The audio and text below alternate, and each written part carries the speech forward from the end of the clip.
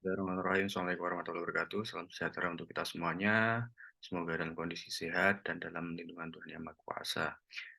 Selamat pagi waktu Tunisia dan hari ini saya tidak akan bercerita mengenai pengalaman saya melaksanakan diplomasi kebahasaan di Tunisia, tapi saya ingin sedikit berbagi mengenai bahasa Tunisia. Jadi ini sebagai kelas bahasa seperti itu. Jadi saya akan menunjukkan beberapa kata ataupun frasa penting, ketika misalkan nanti Anda ingin belajar di Tunisia atau Anda bertugas di Tunisia. Jadi video ini semoga bisa bermanfaat kepada teman-teman mahasiswa baru misalkan dari sebuah pesantren di Indonesia akan kuliah S1 ataupun S2 di Tunisia. Jadi bahasa ini atau kelas ini, kelas kecil ini bisa menjadi modal Anda untuk datang ke Tunisia.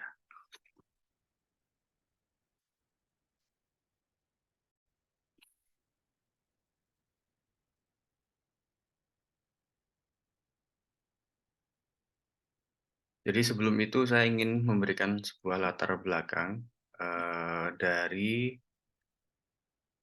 video ini. Yang pertama, dulu ketika saya ditugaskan oleh PPSDK tahun 2016, eh, saya sudah sampaikan di video pertama bahwa saya lulus dan kemudian masuk di sektor Aspasaf ini, saya pikir juga karena faktor aplikasi saya yang di sana saya memiliki latar belakang bahasa Arab. Saya pernah bukan mondok ya, tapi belajar di pondok. Rumah saya ada di depan sebuah pondok. Jadi ketika pagi seperti itu dari jam 7 sampai jam 12 atau jam setengah satu seperti itu saya ada kelas formal di Madrasah Ibtidaiyah seperti itu, kemudian SMP lanjut di MTS Negeri Trenggalek, Matsana Moga MTS Negeri Model ya Trenggalek, kemudian SMA saya di SMA Negeri 1 Durenan. Nah, setelah mengikuti kelas formal, biasanya saya ada kegiatan di pondok pesantren sekolah diniyah. Jadi itu dimulai biasanya dari jam 1 ataupun setengah 2, nanti akan selesai sore seperti itu, kemudian sebelum maghrib ada waktu istirahat sekitar 1 jaman seperti itu, kemudian lanjut lagi setelah maghrib ada ngaji seperti itu ya, ada baca Quran, ada kadang-kadang ketika saya di kelas SMA seperti itu, saya naik tingkat ke aliyah di pondok itu, jadi saya belajarnya malam. Siang sorenya itu dibuat untuk ngaji Al-Quran. Maka dari itu latar belakang bahasa Arab saya miliki. Tapi latar belakang bahasa Arab yang saya miliki adalah bahasa Arab Fusha, bahasa Arab resmi, bahasa Arab Quran seperti itu. Dan ketika saya bertugas di Mesir ya, saya merasa percaya diri saja, saya punya modal bahasa Arab. Tapi ketika itu, apa ya, kemudian saya bertugas seperti itu, ya bahasa-bahasa pesantren, bahasa fusha, bahasa resmi itu ya tidak banyak dipakai. Karena apa? Karena mayoritas masyarakat Mesir menggunakan bahasa Amiyah. Bahasa Amiyah itu bahasa informal. Bahasa informal. Itu seperti ketika kita menganalogikan ketika kita belajar bahasa Indonesia di kelas seperti itu, bahasa formal, ragam resmi, kemudian kita dilepaskan di Jakarta. Di Jakarta itu ragamnya pasti ragam informal. Maka kurang pas, misalkan ketika saya pergi ke sebuah warung dan saya menggunakan ragam bahasa resmi, misalkan apakah saya boleh memesan sebuah eh, makanan itu dan lain sebagainya. Jadi itu terkesan lucu. Ketika di Mesir, dulu saya pernah mendapatkan sebuah cerita dari teman di KBRI, ada seorang WNI seperti itu ya, naik transportasi umum transportasi publik seperti itu dan ketika dia mau turun, dia menggunakan bahasa Fusha dan seluruh orang yang ada di angkot itu mengucapkan amin, amin, amin. Jadi karena merasa ini adalah bahasa doa ya, bahasa doa, bahasa resmi, jadi, eee, tidak pas, kurang tepat seperti itu. Makanya di bahasa Indonesia itu ada bahasa Indonesia yang baik, artinya tepat konteksnya, tepat kepada siapa kita berbicara dan lain sebagainya. Pun sama dengan bahasa Arab, ketika kita berada di Mesir, otomatis bahasa yang mayoritas kita pakai adalah bahasa Ammiah. Sama halnya dengan ketika di Tunisia.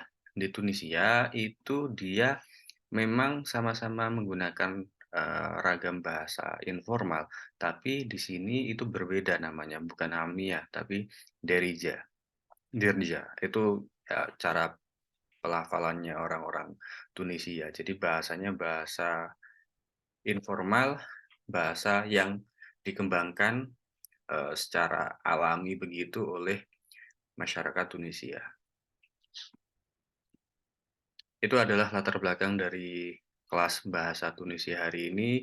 Jadi supaya video ini bisa bermanfaat kepada teman-teman, yang akan kuliah di sini ataupun pengajar yang akan ditugaskan kembali atau ditugaskan ke Tunisia kembali.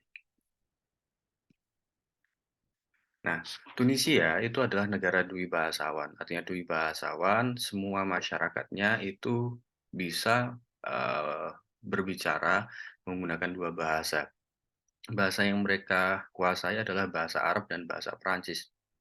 Bahasa Arab jelas karena, masa pendudukan Arab di negara-negara Mediterania, negara Maghribi di masa-masa khalifah itu, eee, membuat pengaruh atau membawa pengaruh kepada masyarakat-masyarakat, di Tunisia. Termasuk penjajahan Prancis, pendudukan Prancis di Tunisia itu membawa pengaruh terhadap bahasa yang mereka kuasai.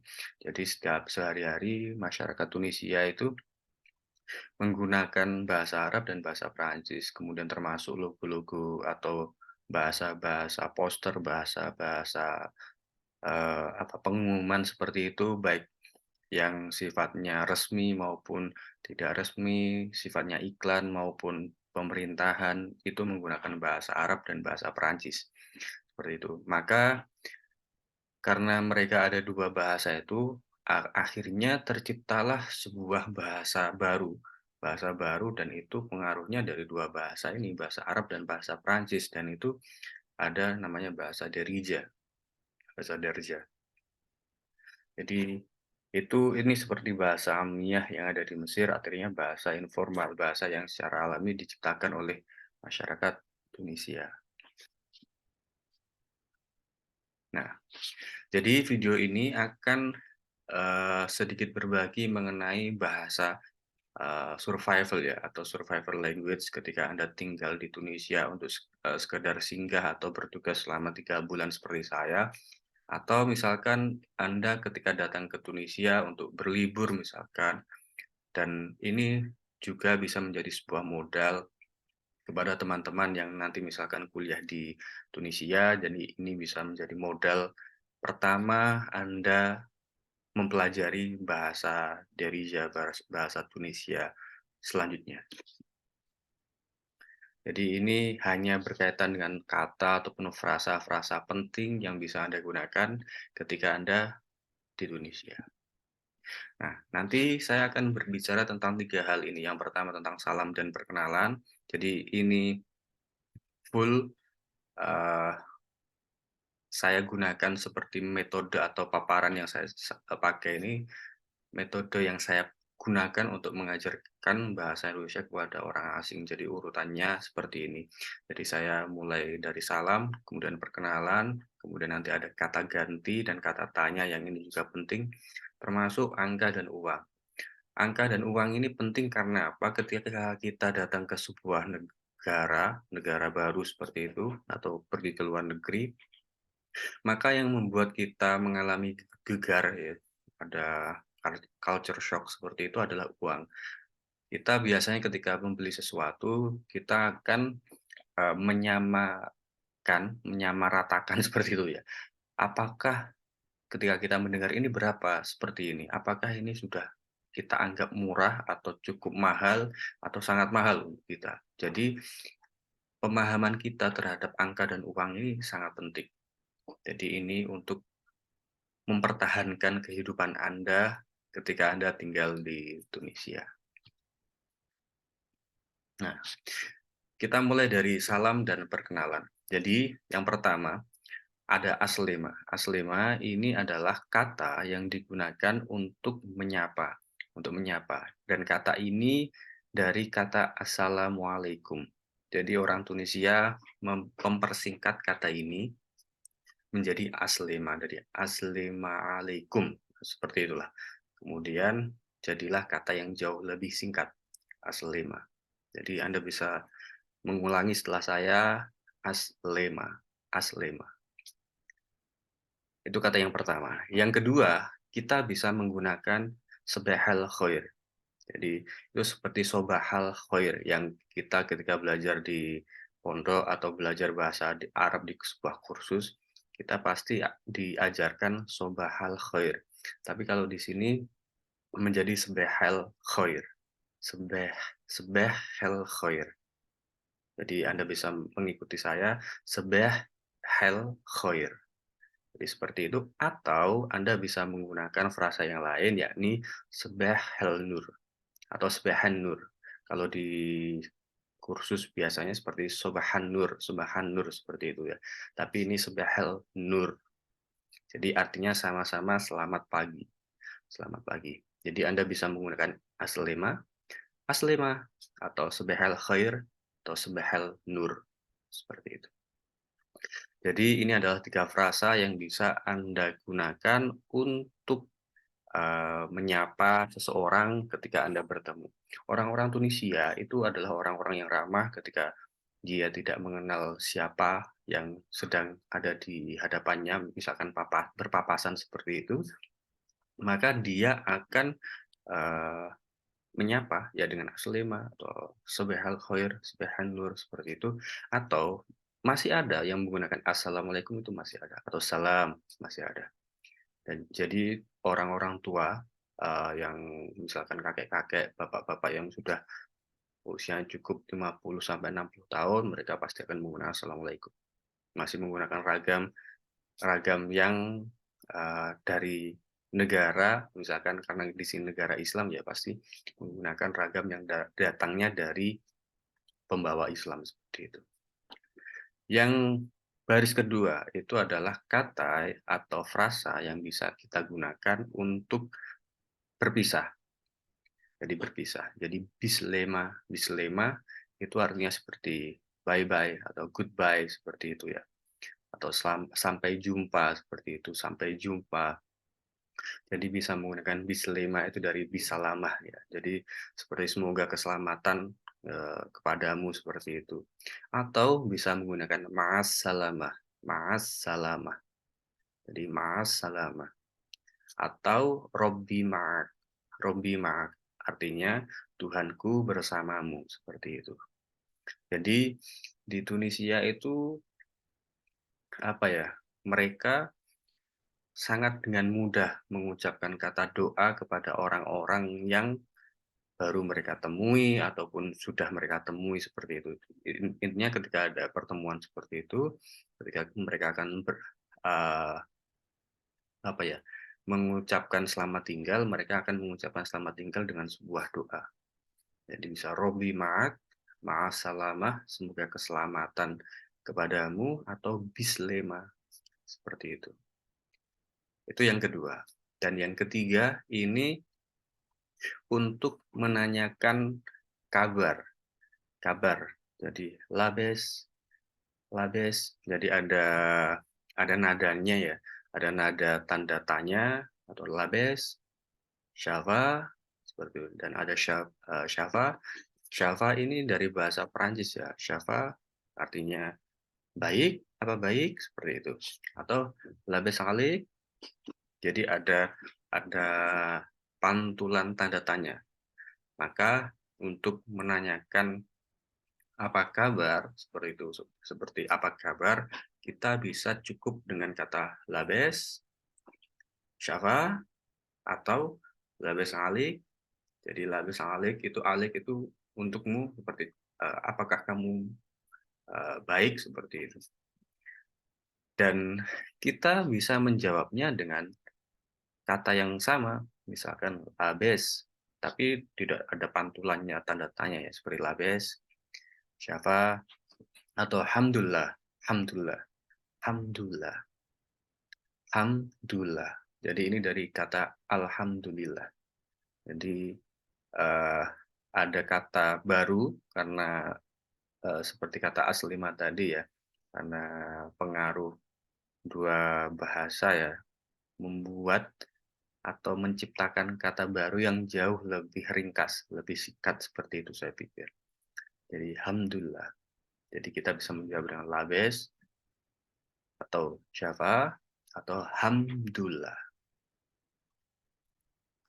Oke, selanjutnya itu ketika kita bisa memberikan respons kepada mitra tutur kita ketika kita baru berkenalan. Misalkan kalau dalam konteks bahasa Inggris, nice to meet you, atau senang bertemu dengan Anda, misalkan seperti itu, kita bisa mengatakan nisyarafu, nisyarafu, nisyarafu. Jadi ada TCH. Jadi ini adalah transliterasi yang saya ciptakan. Artinya transliterasi yang saya sesuaikan dengan lidah atau daya ingat atau daya baca masyarakat Indonesia. Jadi saya sesuaikan seperti ini. Kemudian termasuk nisyarufu, meskipun ada TCH karena saya mendengarnya seperti short ya. Short seperti itu, maka saya beri TCH seperti itu supaya melafalkannya mudah bagi masyarakat Indonesia seperti nisyarufu, nisyarufu, nisyarufu. Kalau dalam bahasa Arab Fusha itu seperti tasoruf, tasoruf tuh seperti itu ya. Tapi kalau di sini menjadi nisyarufu, nisyarufu. Jadi ketika misalkan Anda bertemu dengan orang baru, Anda berkenalan di jalan, itu sangat mudah. Jadi orang Tunisia itu, apalagi ketika kita orang asing ya, orang asing, bahkan bukan orang asing ya, ketika saya pergi ke naik metro seperti itu, bukan bertemu, tapi mengamati. Orang Tunisia itu dengan sangat mudah bisa terlibat dalam sebuah percakapan yang dia tidak mengenal. Jadi misalkan ada dua orang sebelumnya berbicara seperti itu, kemudian ada orang yang datang, dia mendengarkan dua orang berbicara. Bisa langsung saja, langsung masuk itu bisa.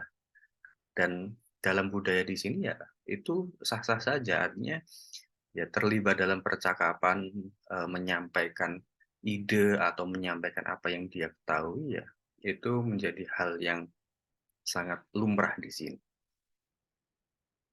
Jadi maka dari itu ketika misalkan tadi ketika bertemu dengan orang baru ya Anda bisa menggunakan kata nisyarfu. Nisyarfu. Oke. Kemudian kata selanjutnya adalah ketika misalkan Anda datang ke sebuah tempat di Tunisia atau misalkan Anda datang ke sebuah toko misalkan dan pemilik toko akan bertanya, "Anda dari mana?" "Saya dari Indonesia." Dia pasti akan kemudian memberikan respons, "Marhababik," seperti "Marbebik," seperti itu. Dengan cepat "Marbebik." Itu seperti marhaban, marhaban bik. Jadi seperti selamat datang kepada kamu atau welcome to you seperti itu. Jadi marbebik. Jadi marbebik. Marbebik. Dari marhaban bik seperti itu ya. Jadi nanti Anda juga bisa menggunakan ini ketika misalkan bertemu dengan orang yang baru misalkan datang ke rumah Anda, kemudian marhabebik misalkan seperti marhabebik. Kalau kita orang Indonesia yang kita kenal kan pasti marhaban, ahlan seperti itu ya. Tapi kalau di Tunisia kita bisa menggunakan marbeb, marbeb. Selanjutnya Ini adalah kata yang bisa kita gunakan untuk mengucapkan terima kasih. Terima kasih. Jadi kalau biasanya kita menggunakan kata syukron, syukron, kata syukron ini juga masih dipakai, tapi tidak banyak. Tidak banyak orang yang menggunakan kata fusha dengan syukron, tapi dengan aisyik, aisyik, ya aisyik, aisyik. Jadi seperti terima kasih, aisyik, aisyik seperti itu. Jadi ketika Anda mengucapkan sesuatu, ucapan terima kasih, Anda bisa menggunakan kata aisyik. Kata selanjutnya, ini seperti yang saya sampaikan di atas bahwa orang-orang Tunisia itu akan dengan sangat mudah eh, mendoakan kita dalam sebuah perpisahan atau tidak dalam sebuah perpisahan pun. Misalkan ada sebuah kebaikan yang kita berikan kepada seseorang, maka orang itu akan mendoakan kita. Dan ini adalah beberapa frasa yang sering saya dengar ya. Meskipun ketika saya mencoba meng-cross-check itu kepada beberapa mahasiswa, masih banyak sekali kata-kata yang biasanya eee, dilafalkan atau diucapkan, disampaikan oleh orang-orang Tunisia kepada seseorang. Yang pertama, yarham walidaik seperti itu. Terus seperti semoga Tuhan merahmati kedua orang tuamu, seperti itu. Yarham walidaik seperti itu. Yarham walidaik, jadi Anda juga bisa menggunakan itu kepada orang-orang Tunisia yang berbuat baik atau misalkan dalam, ketika perpisahan seperti itu, dalam sebuah pertemuan Anda bisa menggunakan yarham walidaik seperti itu. Jadi kita mendoakan orang tua dia. Atau Robi barik fik, Robi barik fik, semoga Tuhan memberkatimu, seperti itu. Tuhan memberkatimu, seperti itu. Semoga Tuhanku memberkatimu. Jadi Anda bisa menggunakan kata Robi barik fik. Atau Anda bisa juga menggunakan kata Robi fadlik. Ini juga sering saya dengar. Robi fadlik. Robi fadlik. Jadi semoga Tuhanku mengutamakanmu. Jadi kadang saya apa ya, ketika mendengar seperti itu ya, luar biasa orang-orang Tunisia ini. Kata-katanya indah. Untuk mendoakan seseorang itu benar-benar dengan doa-doa yang indah seperti itu. Di Indonesia, doa-doa seperti ini kan dalam sebuah perpisahan, saya sepertinya tidak menemukan ya. Dalam, ragam-ragam misalkan kebaikan pasti ada, misalkan kita memberikan sebuah donasi pasti kan ada. Tapi kalau di Tunisia itu tidak hanya sebuah kebaikan, tapi pertemuan seperti itu ya langsung. Kalau kita di Indonesia, hati-hati ya, hati-hati di jalan seperti itu. Jangan lupa berdoa misalkan seperti itu. Tapi di sini ya menurut saya ini kata-kata yang indah seperti itu ya. Atau yarhambu yang terakhir, yarhambu. Semoga Tuhan merahmati bapakmu. Kenapa bapak? Ya karena budaya Arab ini garis nasabnya, garis keturunannya ada pada ayah.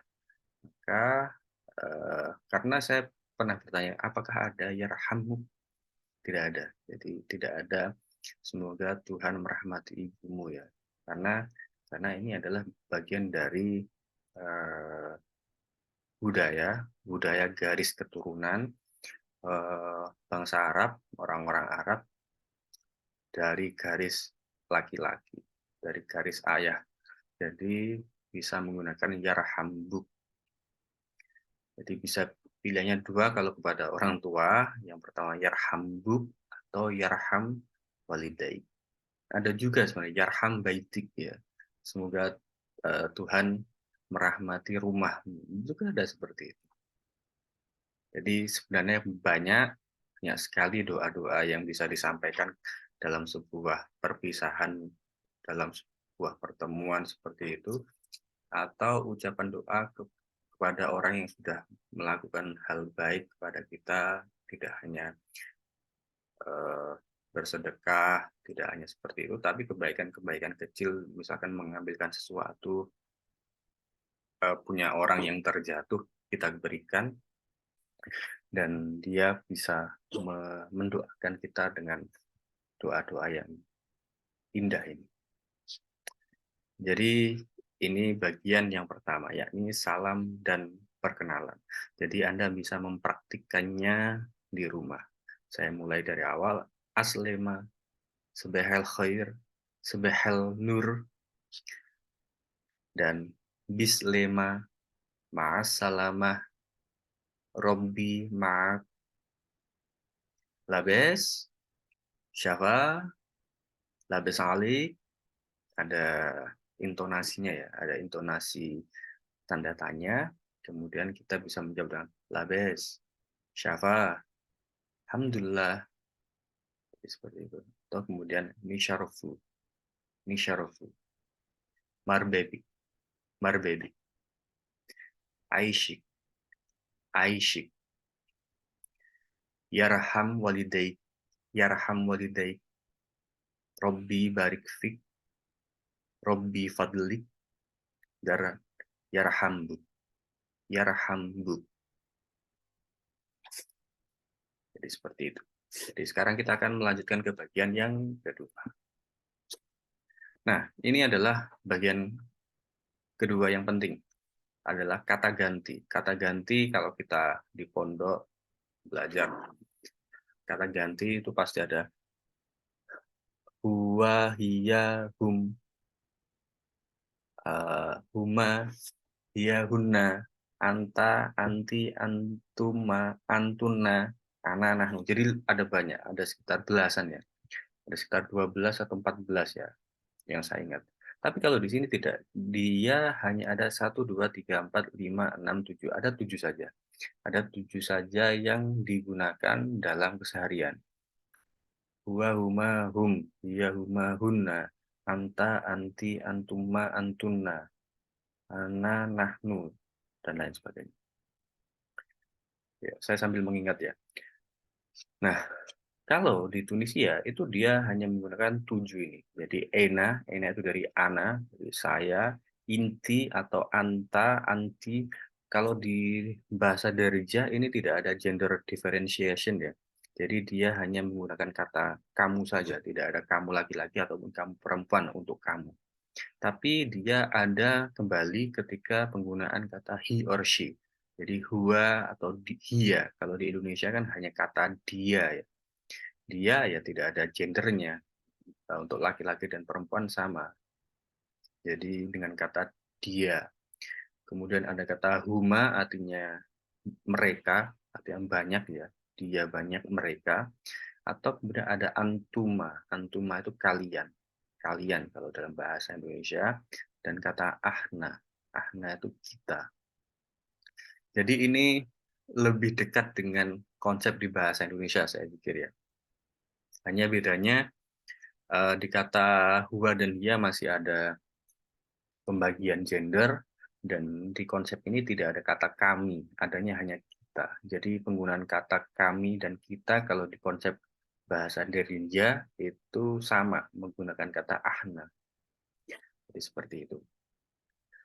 Teman-teman yang belajar bahasa Arab pasti sangat memahami bentuk-bentuk atau bentukan kata ya. Bentukan kata dalam bahasa Arab ada perubahan-perubahan kata, misalkan yang belajar di pondok ataupun sudah belajar di kursus pasti ada Anda ya tahu bahwa ada doroba, yadrubu, doroban, wa madroban, wa huwa doribun, wa daka madrubun, dan lain sebagainya. Pun sama dalam bahasa Derija ini juga ada perubahan-perubahan, tapi perubahannya tidak banyak ya, artinya tidak banyak ya. Kita misalkan kita ketika menggunakan kata untuk saya, maka di sini ada kata naskun atau di garis kata ini artinya tinggal, artinya tinggal. Jadi kalau tinggal, misalkan saya tinggal, naskun, naskun seperti itu, atau inti. Jadi inti, jadi untuk laki-laki dan perempuan sama dengan inti, itu dengan taskun. Kemudian untuk dia laki-laki dengan yaskun, untuk dia perempuan dengan taskun, untuk, eee, untuk mereka itu dengan yasnu, yosnu biasanya kata A ini kalau di sini menjadi seperti yosnu seperti itu ya. Meskipun di bahasa ini, adanya fathah ya, tidak ada huruf O ya, tapi membacanya seperti yosnu seperti itu. Untuk antuma itu tosnu, kemudian ahna itu dengan nasnu atau nosnu biasanya, nosnu. Jadi perbedaan antara yang jamak dan yang, tunggal itu dengan kun untuk yang tunggal, sementara yang jamak dengan nu, dengan u, dengan wawu seperti itu ya. Yasnu, tasnu, tasnu atau nosnu seperti itu. Kemudian contoh kata yang kedua itu adalah kata makan. Ini makan ya, artinya makan. Jadi kalau misalkan Anda mau berbicara saya makan, jadi Anda akan menggunakan kata inanekel atau nekel, nekel atau tekel untuk inti, untuk kamu. Kemudian ada yekel. Jadi ini yang harus digarisbawahi adalah kata eh, bentukan kata antara inti atau kamu dengan dia perempuan itu sama. Saya pernah bertanya kepada beberapa mahasiswa, mereka tidak tahu secara pasti kenapa penggunaan kata inti dan dia ini sama ya. Jadi untuk membedakannya ya kita ya cukup dengan melihat konteksnya saja, melihat konteksnya atau kalau dalam dalam percakapan hia misalkan hia pasti kan kita akan menggunakan tunjuk untuk mengatakan bahwa hia tackle, dia perempuan makan. Jadi misalkan Aminah, Aminah di restoran makan, dia tackle, selesai.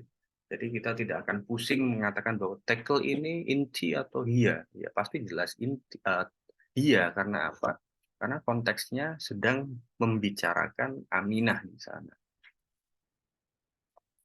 Jadi kemudian yeglu, teklu, neklu. Jadi ini contoh yang kedua. Contoh yang ketiga ini belajar, artinya belajar. Kalau kita biasanya kan darosa ya, dari belajar seperti itu ya. Tapi kalau di sini lebih banyak dengan koroa. Koroa itu artinya belajar. Bisa diartikan membaca juga. Jadi enanakro, inci takro, huwa yakro, hiya takro, huma yakro, antuma takro, ahna nakro. Maaf, ini ada u-nya. Ini ada tipe yakro ya. Jadi ada u-nya, ada o-nya. Jadi huma yakro ini masih kurang. Antuma takra'u dan ahna nakra'u. Jadi yang harus kita ingat adalah perbedaan antara single dan plural itu adalah dengan kalau single itu dengan bentukan pertama, bentukan pertamanya kalau kel semuanya, kalau kun semuanya, kalau ro semuanya. Kalau bentukan yang jamak itu ada u-nya, ada wawunya kalau dalam transliterasi bahasa Arabnya. Dan kita bacanya menjadi o atau cukup u seperti itu. Yaqra'u, taqra'u, naqra'u. Yaklu, teklu, neklu. Yasnu, tasnu, nasnu. Jadi seperti itu. Jadi ini bisa Anda aplikasikan kepada kata-kata yang atau kata-kata verb, kata-kata kerja atau kata kerja yang Anda miliki seperti itu, kemudian Anda bisa mengonsepkannya eh, dalam bentukan atau dalam garis seperti ini. Itu yang kedua mengenai kata ganti.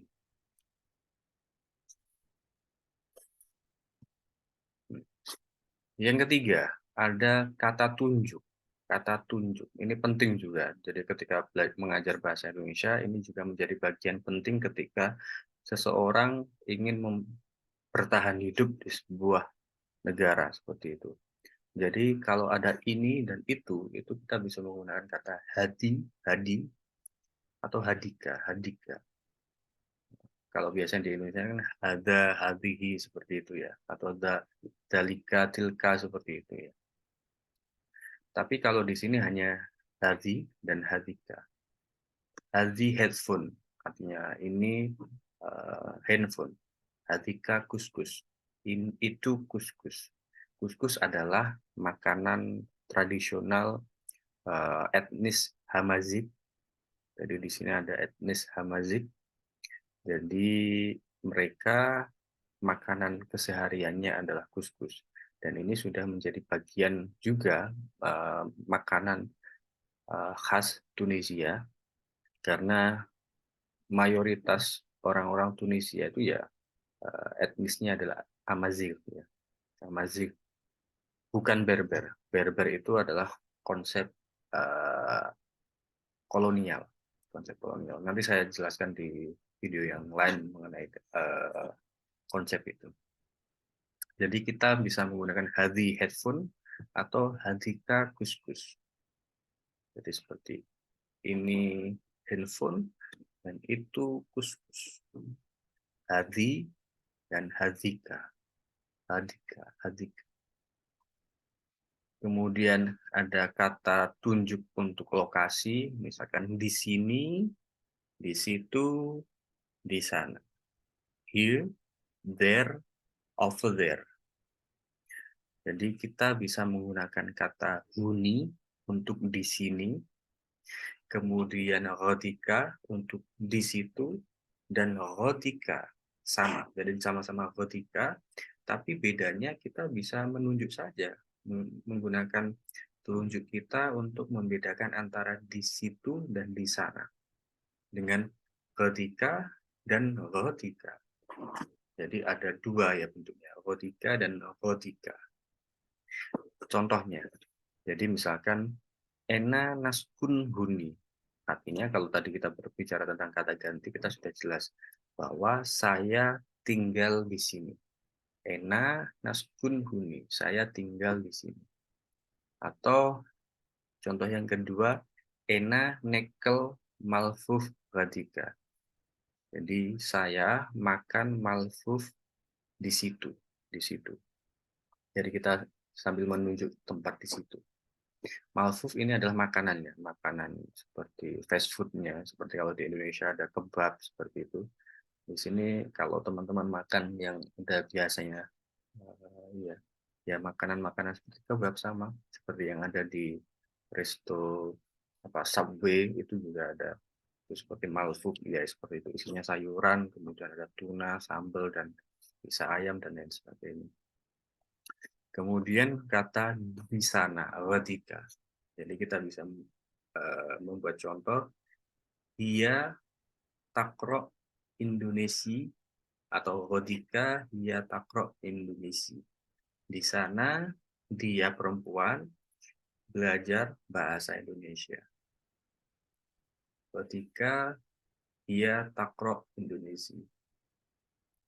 Jadi ini adalah bagian ketiga mengenai kata tunjuk. Jadi nanti misalkan Anda pergi ke pasar, Anda mau membeli sesuatu, mau membeli apa? Kalau misalkan Anda tidak tahu nama di bahasa Arab, Anda cukup bisa menggunakan hadi atau hadika. Selesai. Makanya ini menjadi bagian yang penting ketika kita belajar bahasa dan kita mau tinggal di sebuah negara lain seperti itu. Meskipun kita tidak tahu nama spesifik tentang sesuatu, ketika kita tahu kata tunjuk, insya Allah aman. Jadi, adi, adika. Huni, rodika, huni, rodika, rodika. Oke, sekarang kata tanya. Ini juga menjadi bagian penting ketika Anda ingin bertahan hidup di sebuah negara lain. Yang pertama yang harus Anda ketahui ya pertanyaan apa, di mana, kemana, kapan, bagaimana, kenapa, berapa, dan lain sebagainya. Jadi saya konsep menjadi 5W1H dalam konsep bahasa Inggris. Jadi untuk bertanya apa, itu dengan Shnoa. Shnoa. Shnoa. Shnoa. Shnoa. Kalau di dalam konsep bahasa Fusha kan kita bisa memakai kata ma. Seperti itu ya. Kata ma. Apa. Tapi kalau di Tunisia, kita harus menggunakan kata Shnoa. Shnoa. Jadi contohnya misalkan Shnoa ismik. Shnoa ismik artinya kalau di bahasa Inggris what is your name. Tapi kalau diartikan dalam bahasa Indonesia seperti apa namamu. Tapi artinya ya sama dengan siapa namamu. Contoh yang kedua adalah Shnoalik. Shnoalik. Itu seperti apa kabarmu? Bagaimana kabarmu? Bagaimana kabarmu? Jadi Anda bisa menggunakan dua kata ini atau dua contoh ini untuk uh, menggunakan kata untuk bertanya apa. Bertanya apa. Jadi Shnoaismik atau Shnoalik. Jadi kata Shnoa itu artinya apa. Yang kedua, arti di mana. Kalau di Indonesia ada di mana, kemana, uh, dan dari mana. Itu kan kita bisa menggunakan aina ya biasanya kalau bahasa fushanya. Dengan min aina, fi aina, ila aina, misalkan seperti itu. Tapi kita di sini bisa menggunakan kata win, win, win. Misalkan di mana toilet, ya kita tinggal bertanya win toilets atau win masjid atau win stasiun, misalkan di mana stasiun, misalkan. Jadi itu. Kalau misalkan bertanya apa dengan kemana ya dengan kita dengan bisa menambahkan kata ila saja atau dengan kata min seperti itu untuk dari mana. Win toilets, win masjid, win madrasah seperti itu. Yang ketiga ada when, artinya waktesh. Waktesh, jadi ketika kita bertanya kapan, waktesh. Jadi kalau kapan itu biasanya mata ya. Kalau dalam bahasa Fushanya mata, mata takro misalkan. Jadi kita bisa menggunakan kata waktesh. Waktesh takro Indonesi. Artinya kapan Anda belajar bahasa Indonesia. Waktesh. Jadi bisa Anda gunakan waktesh takro Indonesi. Kapan Anda belajar bahasa Indonesia? Yang kedua, why. Untuk why ini seperti bertanya kenapa, jadi kita bisa menggunakan kata alish, alish, alish, alish. Jadi alish takro Chinese. Kenapa Anda belajar bahasa Cina? Seperti itu ya. Akro, alish takro Shinoa. Jadi membacanya Shinoa. Shinoa artinya bahasa Cina. Tapi berbeda dengan Shinoa ya, tapi lebih ke Chinese ini bacanya Xinhua. Atau Alish Takro Ongli. Artinya Ongli ini bahasa Inggris. Kenapa Anda belajar bahasa Inggris? Alish Takro Ongli.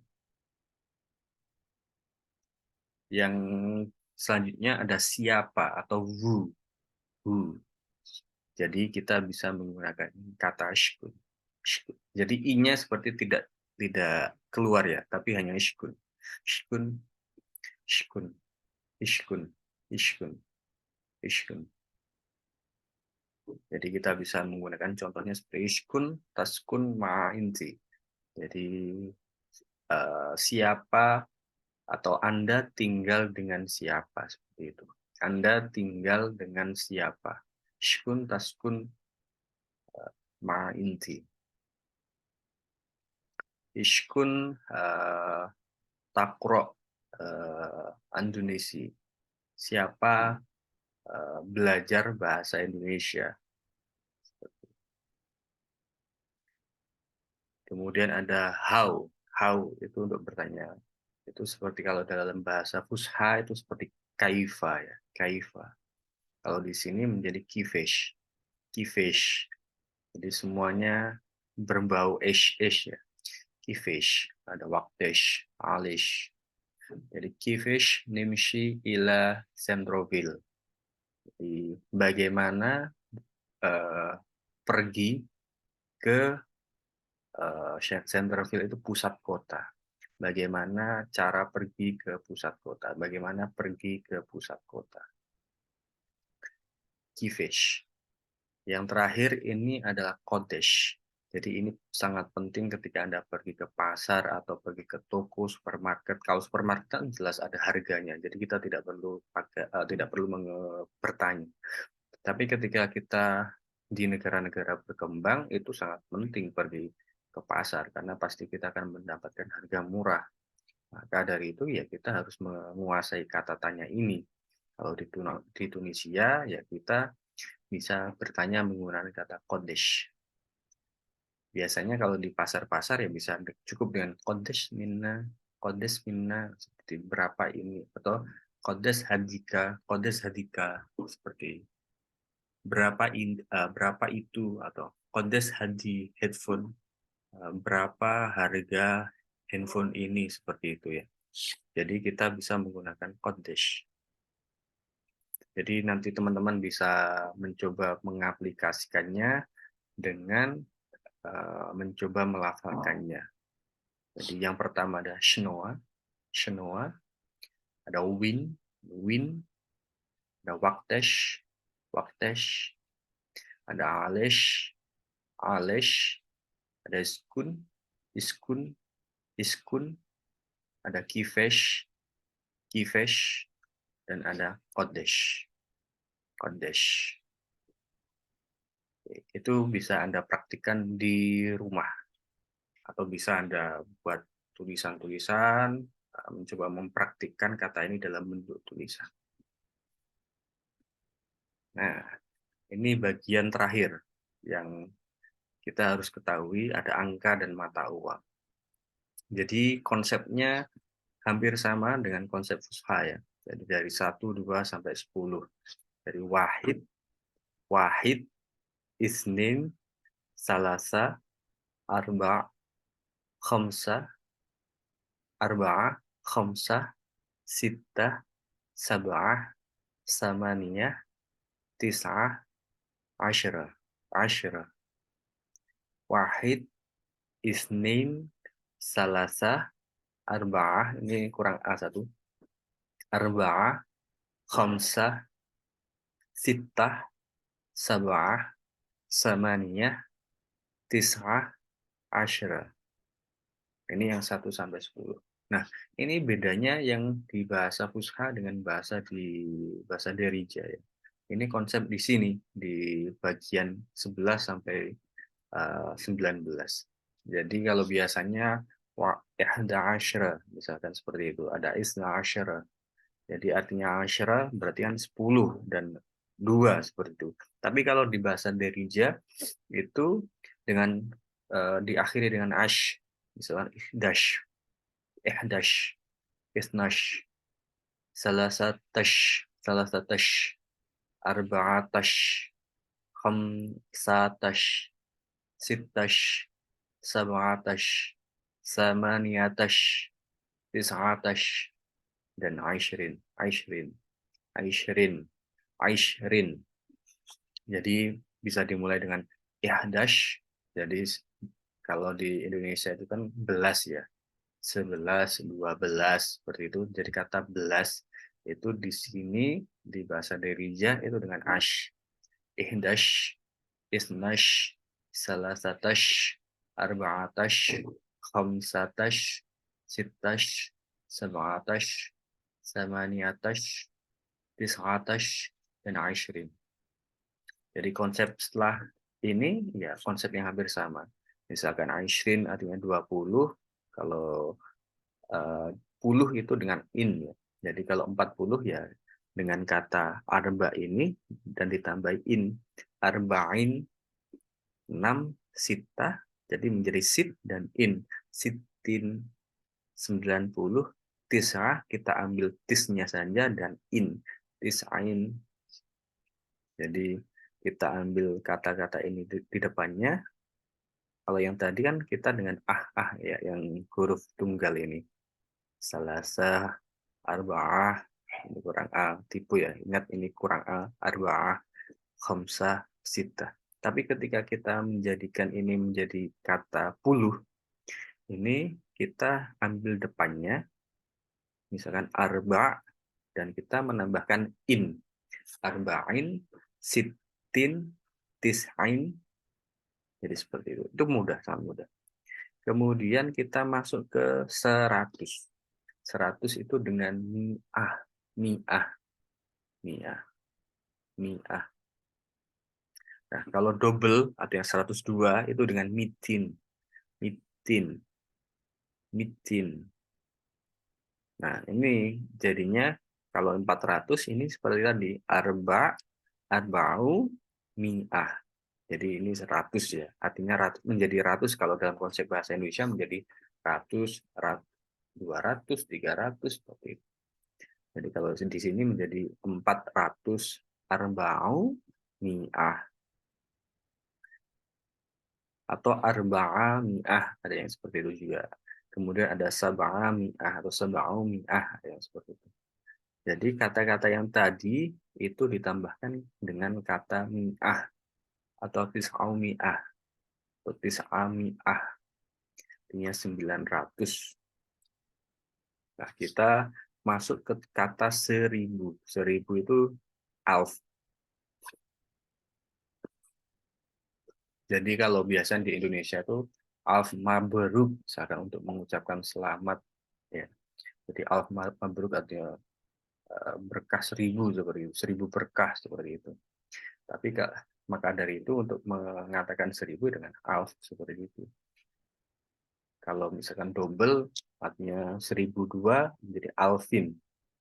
Sama dengan konsep-konsep yang lain misalkan tadi ya. Kalau 200 kan mitin. Kalau 2000 menjadi alfin. Adanya in-nya. Alfin, mitin. Kemudian khamsa alf. Jadi ini khamsa dan alf. Khamsa alf. Khamsa alf. Kalau orang-orang di sini karena berbicara cepat ya khamsa alf. Jadi khamsa alf. Jadi kita seperti tidak mendengarkan kata ha. Khamsa alf. Khamsa alf. Khamsa alf. Khamsa alf. Sabang alaf, sabang alaf, sabang alaf seperti itu ya. Kalau 7000 berarti sabang alaf, tidak sabah alaf, sabah alaf tidak, tapi sabang alaf karena ada double vokal ya di akhir kata dengan di awal kata. Makanya dijadikan satu menjadi khamsalaf dan atau sabang alaf. Khamsalaf, sabang alaf. Kemudian ada ashralaf, ashralaf dari kata ashra dan alf artinya ribu, 10.000. Jadi 10 konsepnya ya sama, ini sama karena saya pikir bahasa Indonesia terpengaruh dengan konsep bahasa bahasa ini bahasa Arab juga untuk penghitungan. Kemudian ada isnash alf artinya 12.000 isnash alf, 50.000 khamsin alf. Jadi tadi yang di sini khamsin, di sini ada in, khamsin, khamsa dan in dan alf, khamsin alf. Jadi ketika dulu saya belajar itu ada kata khamsun, salasun, tis'aun. Tapi kalau artinya 20, 50, puluhan tadi ya. Tapi kalau di sini itu menggunakan kata in ya, tidak un. Khamsin, salasun, arba'un, tidak seperti itu. Tapi khamsin, arba'in, salasin, seperti itu. Kalau 75.000 khamsa sab'ain alf. Khamsa dulu, jadi kalau di sini 5 dulu. Maaf ini tipe khamsa sab'ain. 75 itu tidak sab'ain khamsa, tapi khamsa sab'ain alf. Kemudian ada 100.000. 100 itu ini mi'ah dan 30 alf. mi'ah alf. Kemudian 200.000 mitin, mitin alf. Alfnya di sini. Karena maaf, nolnya 3. Mitin alf. Kemudian 500.000. Khamsumi'ah atau khamsami'ah alf. Samanumi'ah alf. Jadi kita menjadi patokan adalah titik di tengah ini. Jadi kalau titiknya 3 setelah titik ini ada 03 maksud saya, itu berarti ada alf. Nah, kemudian ada miliun, kemudian 2 juta itu juz malain, dan arba'u miliun. Sebenarnya dalam keuangan Tunisia itu tidak mengenal, nanti saya sampaikan setelah ini ya, tidak banyak mengenal penggunaan kata juta, miliar, kemudian triliun ya, karena faktor uangnya. Jadi seperti itu. Nah, setelah ini saya jelaskan. Jadi seperti itu teman-teman, ini adalah bagian angka. Jadi bagian angka, Anda bisa mencoba mengaplikasikan kata-kata ini, kata-kata angka ini, nomor-nomor ini ketika misalkan Anda menulis nomor HP Anda. Misalkan berapa nomor HP Anda? Misalkan Kodesh, Rockn, headphone. Jadi kita bisa berbicara misalkan nomor saya 0. 0 di sini 0, bisa 0. 0 sama Nia, Wahid, Salasa, Sita, Salasa, Salasa, Sita, Salasa, Salasa, Sita, Sita, Salasa, Sita. Misalkan seperti itu. Anda bisa mencoba mengaplikasikan itu, ya bisa Anda buat video seperti itu, sehingga nanti Anda bisa jauh lebih percaya diri ketika misalkan nanti Anda akan pergi ke Tunisia. Itu bagian Anda. Ini juga bagian yang sering membuat kita mengalami gegar budaya, masalah uang. Uang, jadi mata uang di Tunisia itu ada milim. Milim ini yang lama ya, yang lama, dan ada dinar. Jadi ada dinar. Ini adalah koin-koinnya. Koin-koinnya saya juga punya, saya tunjukkan. Koin-koinnya yang 125 ini saya sudah jarang melihatnya ya. Jadi yang eh, masih beredar ini 200, 100, dan 50. Dulu sesekali saya dapat 20, tapi sudah jarang sekali ya, karena ketika kita dapat uang kembalian dari misalkan kita pergi ke supermarket seperti itu, kita dapat kembalian dan pembelian kita misalkan 7 dinar 570, seharusnya kan kita misalkan uang kita berapa, kita seharusnya misalkan akan dapat kembalian 30. Kembalian 30 ini biasanya kita tidak dapat. Karena apa? Karena uangnya sudah digenapkan seperti itu ya. Jadi tidak ada kembalian 20 dan 10 karena sudah hampir tidak ada penggunaan ini. Karena ya berkaitan dengan perkembangan ekonomi, perkembangan harga-harga, jadi peredaran uang-uang yang kecil-kecil ini sudah hampir tidak ada, nyaris tidak ada. Saya malah tidak pernah menemukan yang warna perak ini, tidak pernah, belum pernah. Jadi ini yang 50, ini 50, ini yang 100, yang 20 saja saya tidak punya ini. Karena 20 saja juga sudah sangat jarang. Ini yang pecahan dari dinar. Jadi uang dinar ini ada satu, dimulai dari ini, dari ini 50 dinar. Ya, ini maaf setengah ini, ngomongnya ini setengah dinar. Setengah dinar, ini ada 1 dinar. Jadi ini 1 dinar dan ini separuhnya. 1 dinar ini yang biasa, yang sering banyak muncul ya. 1 dinar ini, 1 dinar ini sama kalau di Indonesia sama dengan 5.000. Jadi uang kecil ini ya harganya 5.000, sama dengan uang 5.000. Jadi kalau di Indonesia 5.000 itu sudah dapat cilok, misalkan cimol, dan lain sebagainya, ya kita cukup membeli dengan ini. Dan ini separuhnya, ada 2.500. 2.500, ini 2.500. Sebenarnya ada lagi itu dua, tapi saya tidak punya dua. Jadi lebih besar dari ini, dua. Jadi 2 dinar, 2 dinar itu berarti sama harganya dengan 10.000. Jadi koin sama dengan koin. Koin terbesar itu ini. Jadi koin terbesar. Ini sama dengan ketika dulu di Indonesia itu punya koin yang warnanya emas dan perak ya. Ada uang berapa ya? 1.000 nggak salah. Ya, 1.000. 1.000. Jadi kalau di sini ini sama dengan ini 25.000 ini teman-teman. Ini 5 dinar. 5 dinar sama dengan 25.000. Jadi dinar beberapa minggu ini naik bagus ya. Lebih bagus dibandingkan rupiah. Jadi sebelum saya datang ke sini itu sekitar 4.800, sekarang sudah 5.000. 5.000 poin sekian, poin 11 atau berapa. Jadi itu, kemudian ini mata uang kertasnya.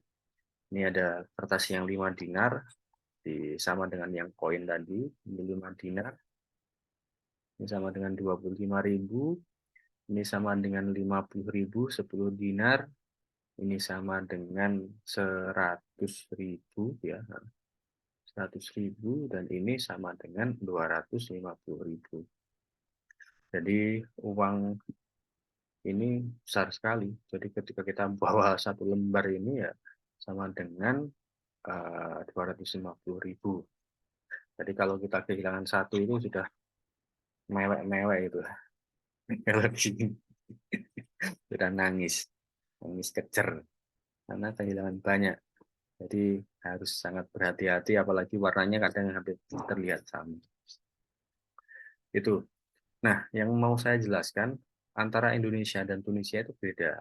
Kalau di Tunisia itu ada redenominasi, artinya uh, nolnya lebih sedikit. Nah, ini bisa teman-teman lihat ya, ada 5, 10, 20, 50 saja. Tidak ada, misalkan kita kan 100.000, kita lebih suka uang itu nolnya banyak loh, 100.000, 50.000. Anda kan itu cukup dengan 50 saja jauh lebih ringkas sebenarnya. Jauh lebih ringkas, misalkan lagi dengan 100 saja, 100. Tapi ya kita dulu saya pikir kalau di Indonesia sudah pernah ada wacana untuk redenominasi, artinya mengecilkan angka rupiahnya meskipun dengan penyamaan harga barangnya masih sama. Misalkan ketika uang kita 100.000 menjadi 100 seperti itu, uang kertas menjadi uang 100 artinya sama dengan 100.000. Harga barang yang bisa kita tukarkan dengan uang 100 itu ya sama ketika kita menukarkan uang 100.000. Itu jauh lebih ringkas. Tapi wacana itu saya tidak tahu kenapa tidak diberlakukan ya. Karena uh, mungkin ada pemahaman bahwa Indonesia masyarakat sudah terbiasa dengan banyak nol. Seperti itu. Jadi di sini ada milim dan ada dinar. Milim ini mata uang dulu, atau kalau di Indonesia ada sen ya dulu itu ada sen. Jadi kalau misalnya kita pergi ke pasar, orang-orang dulu, orang-orang tua itu kadang masih mengatakan ini 1 dinar yang sekarang dinamakan dinar. Ini dengan alf artinya alf ini dengan 1.000, artinya 1.000 milim. Ketika Anda mendengar kata 1.000 alf, berarti kan 1.000. Itu berarti artinya milim ini 1.000 milim. Berapa? Kodes minna alf atau khamsalaf. Khamsalaf artinya 5.000. 5.000 milim, bukan 5.000 dinar.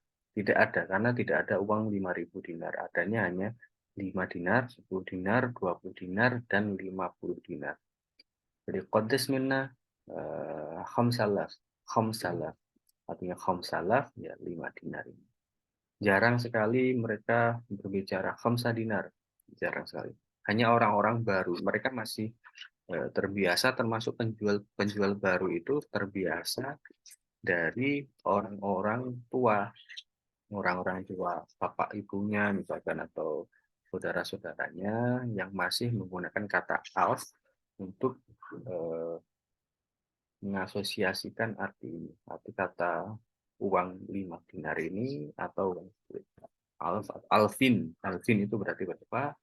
Dua dinar, dua dinar.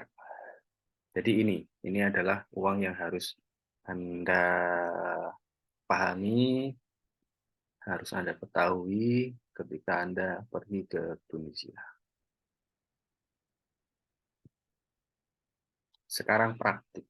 Anda bisa mencoba mempraktikannya setelah saya membaca satu kali ini.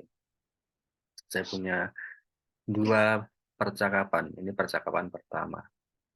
Aslima sebel khair. Aslima sebel khair. Shnoa ismik. Ismi Yusuf. Shnoa ismik. Ismi Ibrahim. Min ain inti. Ena min Andunisi. Wa int. Ena min Tunisi. Win taskun. Ena askun fi Tunis. Wa int. Ena askun fi Sus. Nisharfu. Nisharfu. Bisa mengerti ya arti arti percakapan ini. Jadi tadi saya sudah sampaikan dari Aslema, Assalamualaikum, selamat pagi, Assalamualaikum, selamat pagi. Siapa nama Anda? Nama saya Yusuf. Siapa nama Anda? Nama saya Ibrahim. Dari mana Anda? Dari mana kamu misalkan? Saya dari Indonesia, Indonesia. Dan wa ini dan Pak dan Anda, saya dari Tunisia. Wintaskun, di mana kamu tinggal, di mana Anda tinggal, saya tinggal di Tunis. Dan Anda, saya tinggal di Sus, Nisharfu. Senang bertemu dengan Anda, senang bertemu dengan Anda juga. Tidak ada kata juga di sini, jadi kita bisa membalasnya dengan Nisharfu. Sama, Nisharfu. Ini bisa Anda aplikasikan, Anda praktikkan di rumah. Yang kedua, jadi aslima sebehel khair, aslima sebehel nur, shenawalik, shenawalik, jadi membacanya shenawalik, labes, labes, alhamdulillah, wa int, labes, syafa, inti Indonesi, i, a, bisa membaca a untuk iya ya, a. Enamin Jakarta, Indonesia, marbebik, Nisharfu, Aisyik, Robbi Barik Fik, ya Aisyik, Robbi Fadlik. Jadi, Assalamualaikum, selamat pagi, Assalamualaikum, selamat pagi. Ini juga sama, artinya selamat pagi. Jadi kita bisa membalasnya dengan sebehal nur juga sama. Sebehal khair, sebehal khair, atau sebehal nur, sebehal khair, sebehal nur. Shenawalik, shenawalik, itu how are you? Apa kabar? Labes, baik. Jadi ini artinya seperti baik, tapi dengan pertanyaan eh, kata tanya. Labes, baik. Alhamdulillah, alhamdulillah. Dan Anda baik, baik. Anda orang Indonesia, orang Indonesia? Iya, saya dari Jakarta, Indonesia. Marbebik, selamat datang. Nisharofu, nice to meet you. Aisyik, terima kasih. Robi Barifik, ini doa yang tadi ya. Semoga Tuhan memberkatimu. Aisyik, terima kasih. Robi Fadlik, semoga Tuhan mengutamakanmu. Jadi seperti itu. Jadi ini teman-teman bisa mengaplikasikannya ke dalam percakapan-percakapan yang teman-teman buat. Bisa seperti itu. Aisyik, terima kasih. Jadi ini adalah video yang cukup panjang dan saran saya belajar bahasa itu jangan banyak-banyak. Anda bisa memotong dulu ya untuk mempelajari itu semuanya, pendek-pendek dulu karena manusia itu punya memori batasan, batasan memori untuk menerima kosakata. Jadi kalau kita kembali pada teori pemerolehan bahasa, kita punya batasan menerima kata, setiap harinya.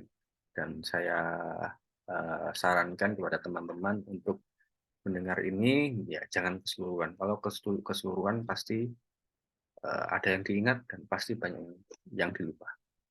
Jadi saran saya, dipelajari berbagian-berbagian saja, kemudian kalau nanti sudah, lancar, baru masuk ke bagian selanjutnya. Itu saja teman-teman, video yang, semoga bermanfaat. Saya akhiri, terima kasih sudah mendengarkan, cerita saya. Terima kasih. Assalamualaikum warahmatullahi wabarakatuh. Dadah.